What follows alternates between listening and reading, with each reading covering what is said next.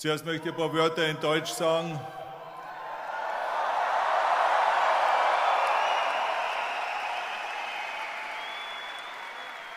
Ich bin sehr glücklich, hier in München zu sein, weil München ist für mich eine sehr wichtige Stadt.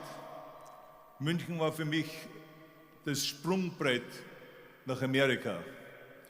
Ich bin nach München mit dem Alter von 19, nach 4 Jahren Bodybuilding-Training und innerhalb 3 Monaten durch die hervorragenden Trainingsmöglichkeiten hier in Deutschland, in München, habe ich die Mr. Europawahl gewonnen. Und nach einem Jahr wurde ich der jüngste Mr. Universum je.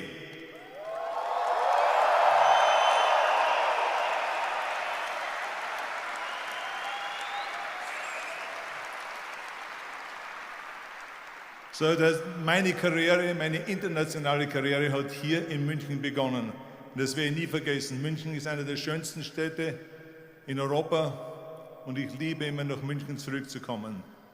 I'm here to talk about success, right? And the way we have set it up is that I'm going to talk about my first 3 rules right up here on stage, and then I'm going to sit down with Jürgen, and he's going to talk to me about the last 3 rules, because there's 6 rules basically that I always have laid out that are the rules of success. Now let me get right away to the first rule of success. The first rule of success is to have a vision. You see, if you don't have a vision of where you go, and if you don't have a goal where you go, you drift around and you never end up anywhere. It's like you can have the best ship in the world, you can have the best airplane in the world. If the pilot or the captain doesn't know where to go, it will just drift around. It will not end up anywhere, or most likely in the wrong place. So I was very fortunate that I stumbled onto my vision. I mean, as you know, I was born in 1947 in Austria after the Second World War.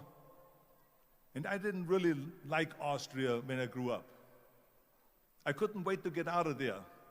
I couldn't see myself becoming a farmer or a worker in a factory or anything like that, even though my parents wanted me to stay there and have a normal life.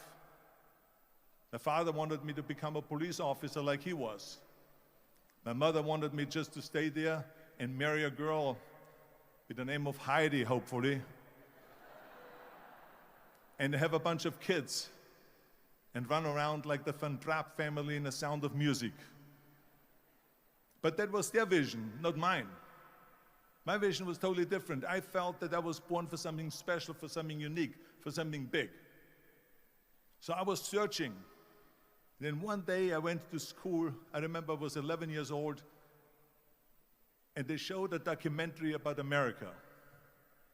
And there they showed in this documentary the huge skyscrapers, the high-rises, the huge bridges, the 6-lane freeways, the huge cars with the wings sticking out, and all of this stuff. And I said to myself, that's where I want to be.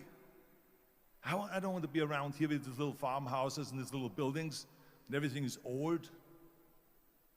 I want to be in America. But now the question was just, how do you get to America? In those days, it was a very expensive trip. It's not like today. So again, I was very fortunate that one day after school, I walked by a store in Graz, which was called Brühl. And it was the only store that really sold kind of American stuff. So one day, they had jeans there, American jeans. And then they had the bull walker. And then they had an expander and some barbells and some dumbbells and an exercise bench in the window. So I went inside and I looked around and I looked at this stuff, and then I saw a magazine. I saw a bodybuilding magazine that had Reg Park on the cover. Reg Park was then a 3-time Mr. Universe. And I saw him on the big screen as Hercules. And on the cover it said, how Reg Park, Mr. Universe, became the Hercules star. That's what the cover story was all about.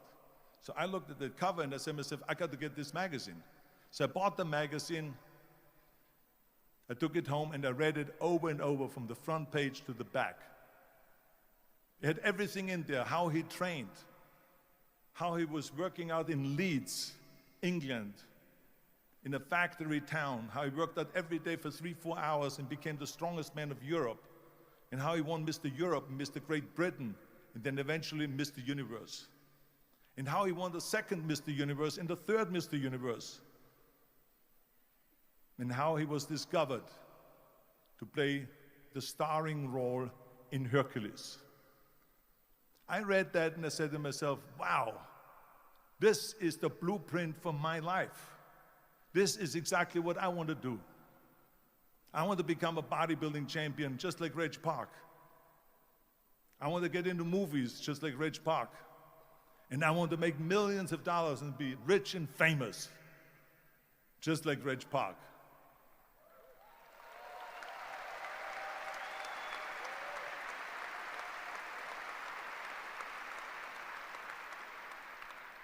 Do you know how great it felt that I knew where I was going? Imagine the majority of people don't know where they're going. I knew where I was going, that I'm going to become this bodybuilding champion just like him. So it was just a question of how do you do it? I was so relieved because when you have a goal, when you have a vision, everything becomes easy. Because remember that in America, for instance, when you study, you will see the percentage of people that like their jobs. 74% hate their job in America. Now, this is not much different when you come to Europe. The majority of people don't like what they're doing because they're really not doing it because they didn't have a goal and they followed this goal. They just aimlessly drift around and then all of a sudden there's a job opening, so they get that job because you have to work. But then when you work, it's a chore. It's work. It's not fun. So if you think about only a quarter of the people really enjoy what they're doing in life, that is unbelievable if you think about it. So I felt so blessed that I knew what I was doing.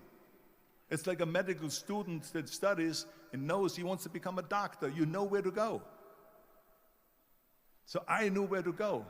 So people always ask me, when they saw me in the gym in the pumping iron days, they say, why is it that you're working out so hard?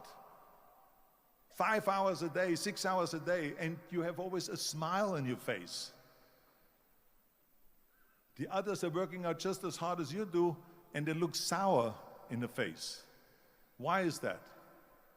And I told people all the time, I said, because to me, I'm shooting for a goal. In front of me is the Mr. Universe title.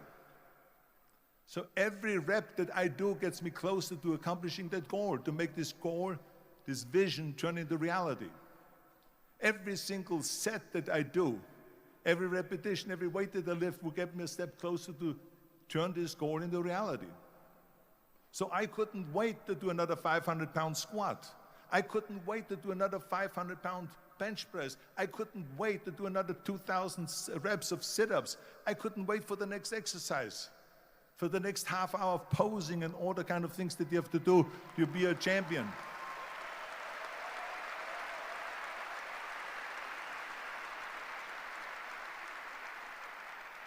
I felt so great knowing where I was going, and I tell you, it worked.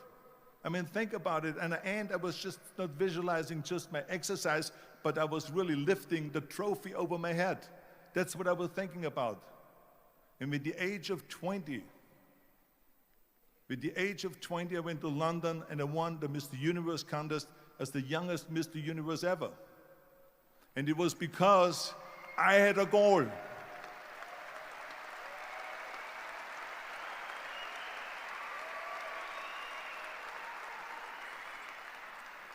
And this is no different than anything else, what I'm talking about. This is not just about bodybuilding. It was the same in acting. I remember when I was doing Conan the Barbarian. I was crawling on the rocks with a sword in my arm, crawling on all four. And of course, being that it's Conan, I didn't have clothes on or anything like that, right? So I was kind of, my knees were bare, my elbows were bare and everything else, and I'm crawling on the rocks. So after 10 takes, my elbows were bleeding and my knees were bleeding. And the director came to me and he said, Arnold, I'm so sorry that you have to go through this, but we need one more take, a close-up of you crawling with the sword towards the camera. Can you handle one more take? And I said to him, I don't know what you're talking about. He says, I'm totally fine. He says, but you're bleeding. I said, because I don't feel it, because I can visualize what the scene will look like in a film. And I'm so excited about this scene.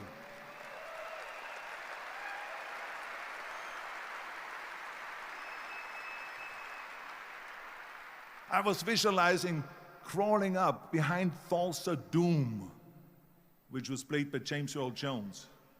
Crawling up behind Thulsa Doom with the sword slowly, and then rising up behind him and whack, cutting his head off. And the head spins in the air, slowly with blood all over the place, and slowly falls down the steps and rolls down the steps. And his body slowly falls sideways.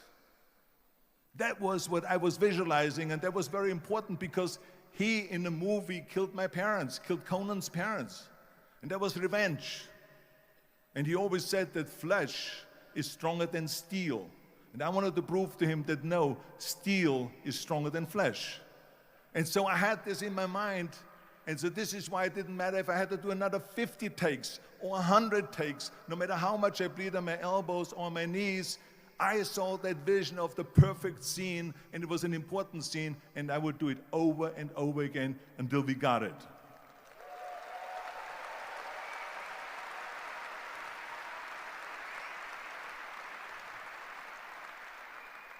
And the same thing is also in politics. I remember that in politics, I had a very clear vision that I will be the leader of California. That's as far as I could go because I was not born in America, so I could not run for president. So being the governor of the fifth largest state,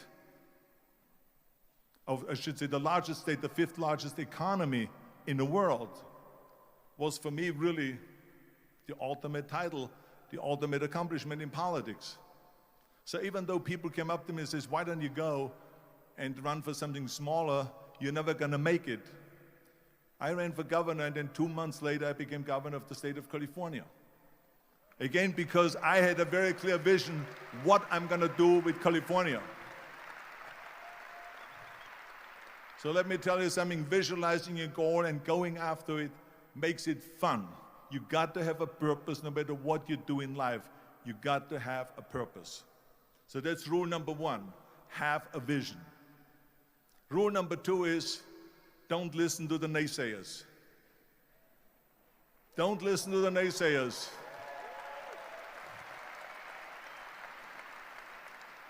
Everything I ever did, the thing that I heard out of people's mouth was, that's impossible. That can't be done. Or no. I remember when I wanted to be a bodybuilding champion, including my parents and everyone else around me, said, this is impossible. Why don't you become a ski champion? That's what they do in Austria. Or a bicycle champion, or do some track and field. You can't be a bodybuilding champion. That is exactly what I heard, and of course I proved to the people that it can't be done. So whenever someone said to me, it can't be done, I heard it can be done. When they said no, I heard yes. And when they said it's impossible, I heard it is possible. Because I am a strong believer.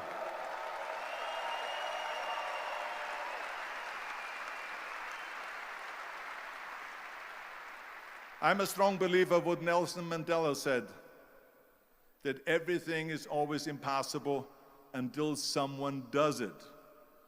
Well, I'm going to be the one, I said to myself, I'm going to do it and I'm going to show it to them. Maybe it has never been done before. That's perfectly fine with me. But I'm going to do it. And I did not listen to the naysayers.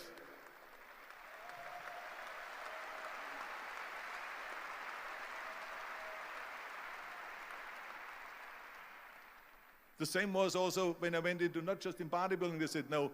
When I wanted to come to America, when I wanted to go to America, they said it's impossible. There's no money that you have to fly even over there. You have no money when you go over there to live with. And what do you think, they're going to wait for you? They have plenty of big bodybuilders over there.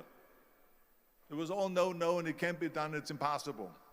And I remember then that the same thing happened also when I went into the show business. Can you imagine? I was now a bodybuilder. I weighed 250 pounds. I was Mr. Olympia 6 times. I was Mr. Universe 5 times, and Mr. World and Mr. International. I won 13 World Bodybuilding Championships altogether. And now I said to the agent, the Hollywood agent, I want to get into movies. He said, that's funny, Arnold. I asked a studio executive, I say, I want to get into movies. I want to be a leading man. He started laughing. So they all say it's impossible. I said, why is it impossible? He says, because look at how big you are. You weigh 250 pounds. Hercules bodies and muscular bodies weighing 20 years ago. 20 years ago, they did Machista and they did all these Samson movies and Hercules movies and stuff like that, but not anymore. Arnold, this is the 70s. Do you know the sex symbols today? It's Al Pacino. He weighs 150 pounds. It's Dustin Hoffman. He weighs 146 pounds. And guess who else is a sex symbol? Woody Allen. So imagine they're telling me now that those are the new sex symbols. So therefore, forget about it. And then they told me, this, and your accent, even if you reduce all your body weight and everything and have a normal body, your accent. I said, your accent, I mean, it will go give people goosebumps. With the German accent, it will get people the creeps. They will get scared.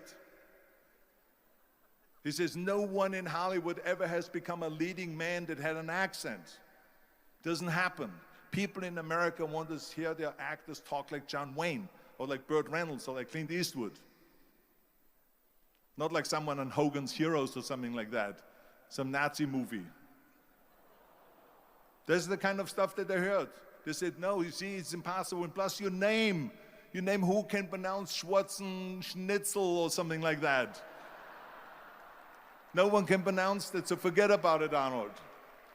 This is the kind of thing that I heard. Imagine, you go from studio executive to studio executive, from agent to agent, from manager to manager, and they all said exactly the same thing. Now that's very encouraging, isn't it? But you know something? I didn't give a shit. I didn't.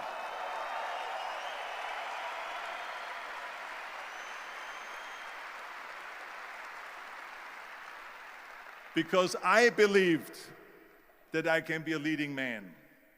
I believed that I could be another Clint Eastwood, or another Burt Reynolds, or another Warren Beatty, or whatever those characters were, Charles Bronson, and so on. I believed that I could be those people. I said, there's enough room on that ladder that I can fit up there.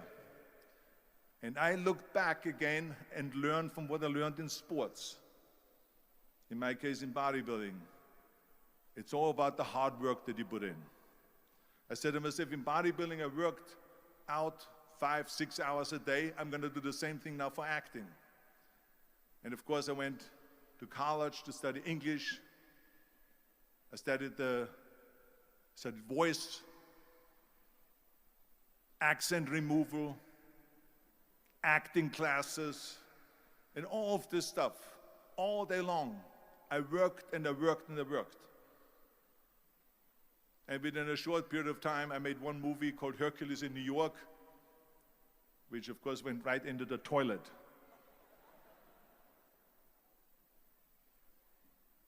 But it didn't discourage me. I still had the same vision. And then all of a sudden I did Streets of San Francisco.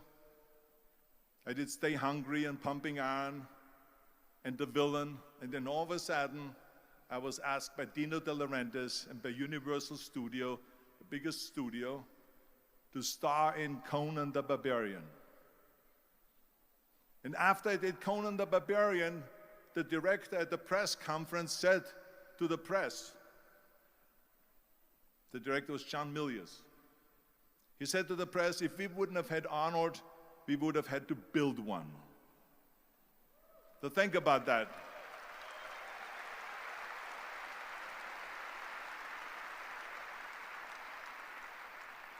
The very body that they said can never be sold because the time is wrong.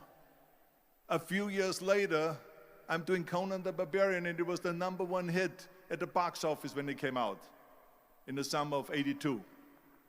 Think about that. And the director says, if we wouldn't have had his body, we would have had to build one.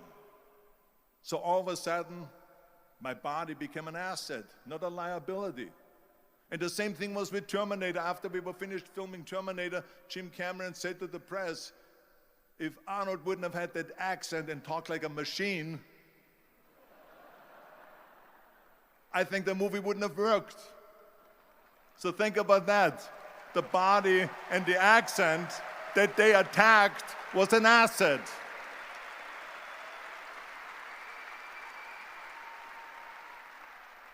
But I didn't listen to those losers. I didn't listen to them at all. Because that's exactly the way it was in politics again, when everyone said no, no, no, and it can't be done, and then became governor of California. And this is with everything like that. This is just the reality of it, is that you cannot listen to the naysayers. So this is a very important lesson for all of you. So when someone says, no, this is a stupid idea, you in your mind, you don't have to say it, but in your mind just say to yourself, fuck you. You're an asshole.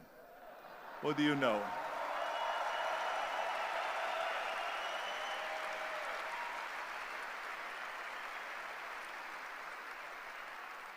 If I would have listened to the naysayers, from bodybuilding to show business to politics, I would not be standing here today talking to you.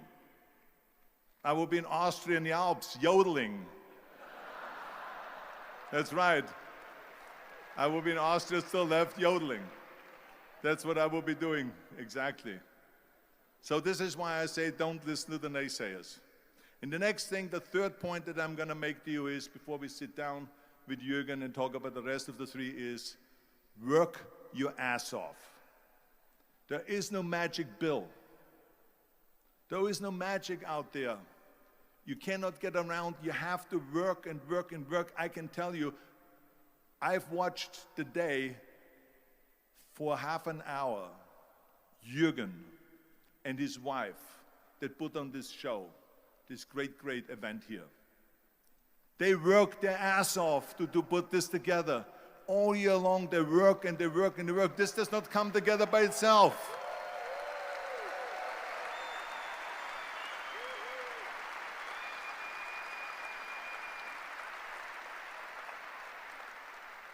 For half an hour, they were running around and making phone calls and doing this and that and talking to their aides and make sure this is happening, make sure there's the water out there. Talking about water, love water. Make sure of this and make sure of that and all that stuff. So it's work. And it drives me crazy when people say they don't have enough time to go to the gym for 45 minutes a day and work out. Or to do something for 45 minutes to an hour a day to improve. If it is physically improve or if it is mentally to improve. Imagine you read 1 hour a day about history. How much you will learn after 365 hours in 1 year. Think about if you study about the history of musicians, of composers, how much you would know. Imagine if you would work on a business, on some business that you want to develop every day for an hour. Imagine how further along you will go and get. So it drives me nuts because we have, when people say we don't have the time, we have 24 hours a day. We sleep 6 hours a day, so that gives you still 18 hours. Now there's someone shaking their head out here in front. They say probably, I don't sleep 6 hours, I sleep 8 hours, right? Or just sleep faster.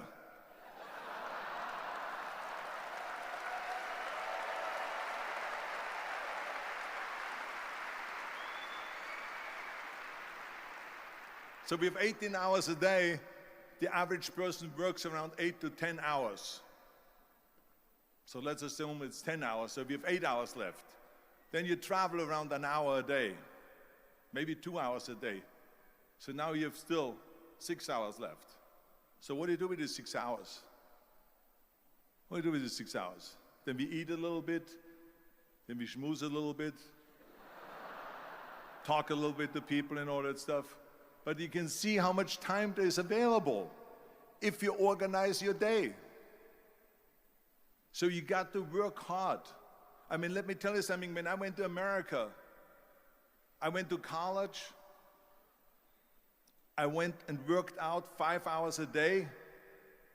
And I was working on construction. Because in those days in bodybuilding, there was no money. I didn't have the money for food supplements or anything. So I had to go to work. So I worked on construction. I went to college. I worked out in the gym, and at night, from 8 o'clock at night to 12 midnight, I went to acting class 4 times a week. So I did all of that. There was not one single minute that I wasted. And this is why I'm standing here today.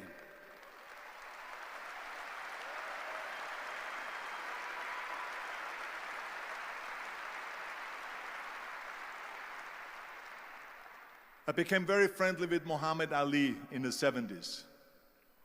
And Muhammad Ali worked his butt off. And I saw it firsthand. And I remember that there was a sports writer that was there in the gym when he was working out and he was doing sit-ups. And they asked him, how many sit-ups do you do?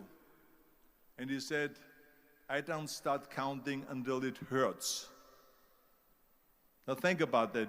He doesn't start counting his sit-ups until he feels pain. That's when he starts counting. That is working hard. And so you can't get around the hard work. It doesn't matter who it is. As a matter of fact, I believe what Ted Turner said, work like hell and advertise.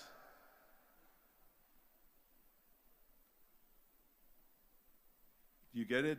Work like hell, go to bed, and early to rise, work like hell and advertise. So you work your ass off, and then you let the world know about your work. That's what it is all about. Let people know. If you have a company, if you have a movie, if you do a sports, work your ass off, but then advertise and let everyone know. So this is what it's all about. So anyway, so those are the 3 main rules that I have here for you today, right here. And then the rest of it we talk about when we sit down now. I think that Jürgen said he's going to pull out some chairs. Then we're going to talk about the other one, which is, of course... Okay. Ja, lieber Arnold, du hast uns jetzt 3 deiner Erfolgsregeln schon einmal mitgeteilt. Aber ich weiß aus verschiedensten Vorträgen, die ich von dir schon gesehen habe, dass es dann noch ein paar wichtige gibt, nämlich wie wichtig ist dieser Plan B, wo viele sagen, man braucht einen Plan B, man braucht einen Plan B, ein Plan reicht nicht aus, du musst auch auf Nummer sicher gehen. Was sagst du dazu? Well, I hate Plan B. And I tell you why. Because we have so many doubters, as I've said earlier, the no-sayers. We have so many of those people that say no, and you can't do it, and it's impossible. That is okay, because we just turn off, as I said earlier, and we listen and we hear the no being a yes. You can't do it, you can do it, and all of that. So that is possible to do that amongst all the negative people around you. But when you start doubting yourself, that's very dangerous. Because now what you're basically saying is that if my plan doesn't work, I have a fallback plan, I have a plan B. And that means that you start thinking about plan B, and every thought that you put into plan B, you're taking away now that thought and that energy from plan A. And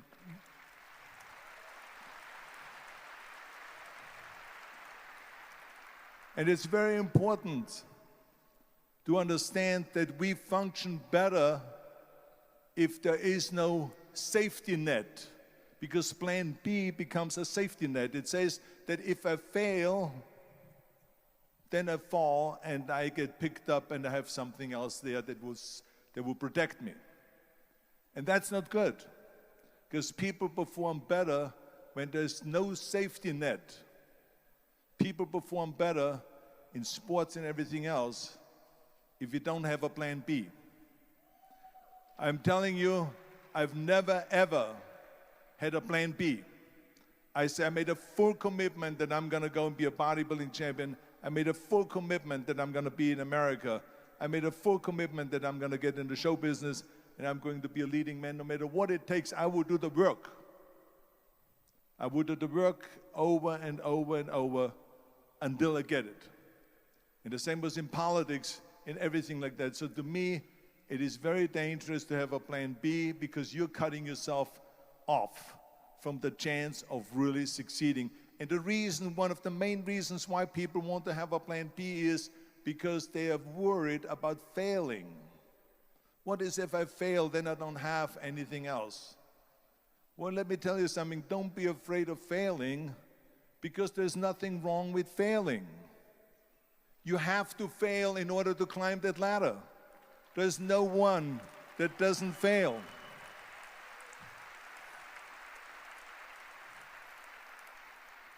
Michael Jordan said in one of his interviews, when they said, "You're unbelievable, you're the greatest basketball player of all times." I mean, tell me about that. And he says, "Well, you're just mentioning the successes." But he says, "For me to become the greatest basketball player, I missed 9,000 shots when I was playing basketball at the NBA games." So during these games that he was so successful, he missed 9,000 shots. Does it make him a failure? No. He's one of the greatest basketball players of all times, but he failed 9,000 times. Do you get it? We all fail. It's okay.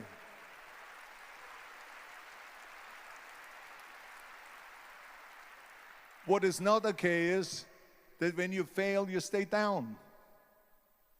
Whoever stays down is a loser.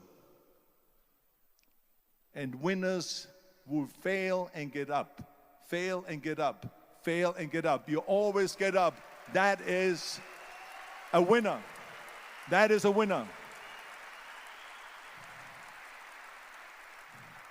I failed in bodybuilding. I lost bodybuilding competitions. I lost powerlifting competitions. I lost weightlifting competitions. I had movies that went in the toilet and that were terrible and got the worst reviews. And in politics, I remember I had many of the initiatives on the ballot, and we lost. My approval rating in California went down to 28%, and then it went back up again, and I won again the governorship. Hey, we all lose.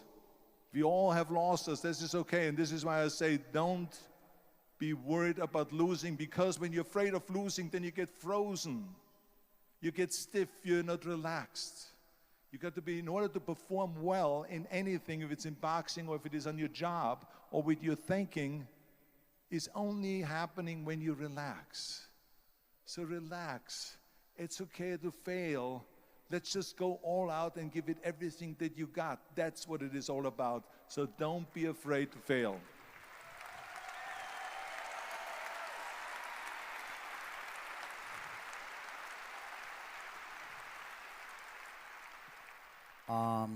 My wife Kirsten and I, we have a foundation and build up schools in Africa for poor children. So because I think it's very important when you are successful to give back to the society, give back to the world. What is your opinion to this? I absolutely agree, and I think this is one of my 6 rules to success. You can only feel complete as a person if you think about what can you do for your fellow member around you that maybe needs help. I felt like that everyone has a different motivation, why you get into that. I was an immigrant going to America, and I saw how America was the most generous country in the world. I mean, they opened up their arms to me, they helped me, they invited me for Thanksgiving dinner, the people. They brought me, the bodybuilders in the gym brought me plates to my apartment because I had no plates, I had no silverware, I had no bedware, I had no pillows, I had no blanket, I had no TV, I had no radio, I had nothing. They brought it to my apartment. They helped me. And I saw that firsthand, this generosity in America. And I said to myself, as an immigrant that is being embraced with open arms, that I need to go and make sure that I give something back. Because I started thinking about how did America become such a great country? How did America become such a generous country? Well, I look back in history and I realized that people have fought for America, and people have died for America, and people have suffered for America. And so it's my job now to contribute to keep it as being the #1 country in the world. And this is when I started feeling obligated, and I said to myself, so what can I do? I'm a bodybuilder, what can I do? Well, then I realized when I saw Special Olympics that I can help and train Special Olympians. And so we started getting involved in Special Olympics, and in no time, I proposed to them to start powerlifting in Special Olympics, to have deadlift, which was a safe thing to do, and to have bench press, which was a safe thing to do. And it became the #1 sports in Special Olympics, powerlifting. They always have a packed hall of 5,000 people. And I became the national trainer and the international trainer of Special Olympics.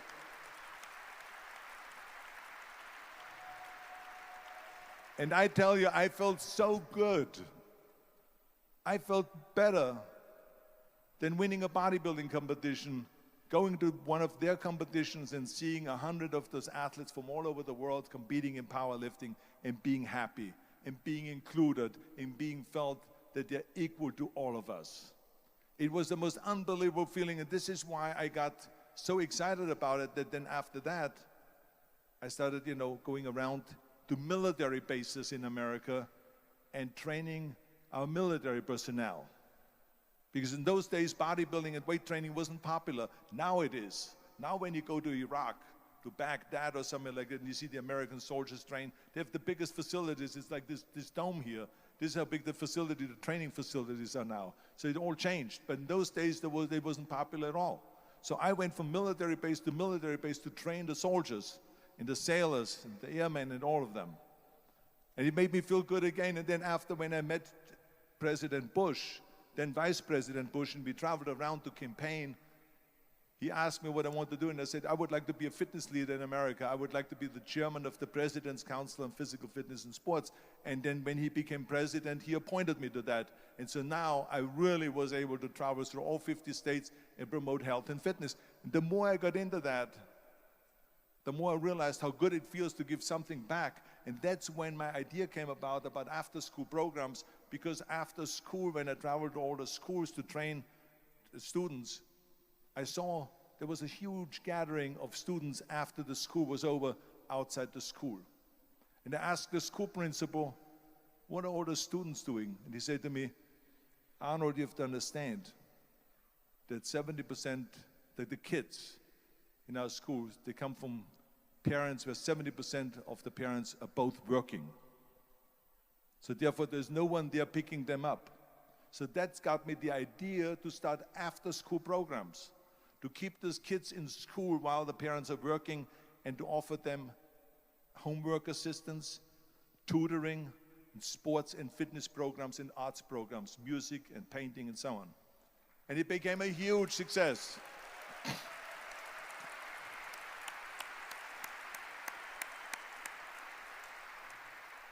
So as you know, it becomes addictive. So it becomes addictive. So then when they became very successful, now we have after-school programs all over the United States. Then, of course, when 2003 happened, where there was a governor's race in California, I said to myself, now is my chance to jump in there and to really give everything. And people said to me, he says, are you crazy to run for governor? When you're governor, he says, you cannot go and make movies anymore.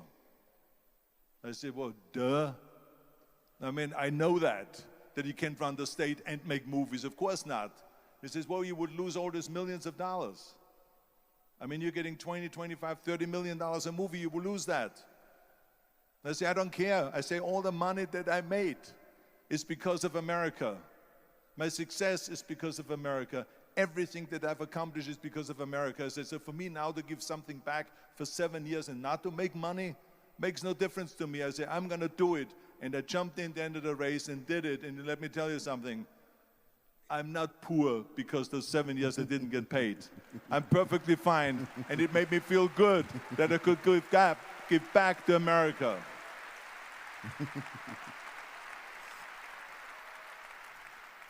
Arnold, I have told the people here today that my opinion is it is very important to learn lifetime. Don't stop in learning, go on, go forward. And what do you think about learning? What do you think about to have a coach? Is it important to have a coach? Is it important to have someone who can tell you what you are doing, who can help you? What is your opinion to this? Well, I think that every day we are benefiting from someone helping us. That's why I said earlier, there's no such thing as a self-made man. I mean, when you think about it, you're born and you need your parents to raise you. You need your teachers to teach you. You need your coaches to do sports. And so when I think about back of the people that helped me, as a matter of fact, one person, where's my friend here, Albert Bussek? Is he sitting here somewhere? Where is he sitting? Albert Bussek, come on out here for a second. Come on out here for a second.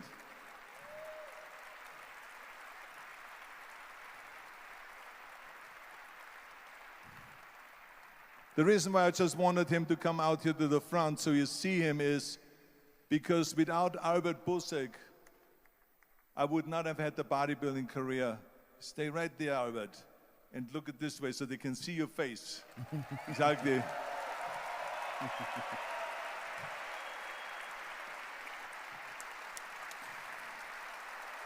Albert Bussek was the one, for instance, just to give you an example, out of the thousands and thousands of people that helped me, Albert Bussek was one of them that helped me to translate into English so I could fill out my entry form for the Mr. Universe contest.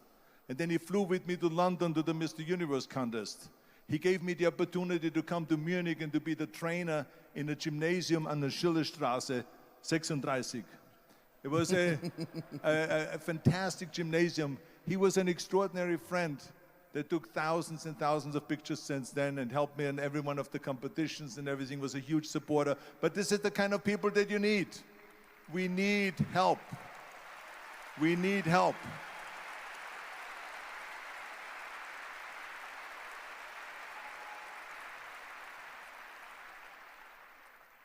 I remember that everything I did always needed help. Think about it when someone says, Arnold, you're the greatest self-made man. I said, you can call me anything you want. You can call me Arnie, you can call me Schwarzi, you can call me Terminator, you can call me Governator, but don't ever call me self-made man. I said, because I did not get to that point by myself. I mean, think about just to be successful in the movies. How are you going to be successful in the movies without having an audience?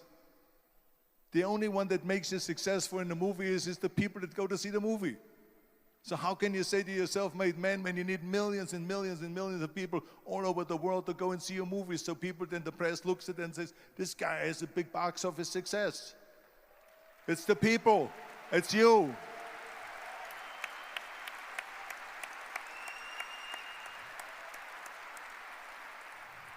Imagine if Jürgen and I both think that we're self-made people and this hall right now is empty.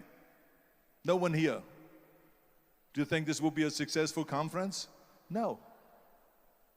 Who makes it successful is not him and me. We are just one little molecule that is added to the equation. But you are the ones that make this conference a successful conference. So thank you, all of you, for being here today. You are the ones that is making it big.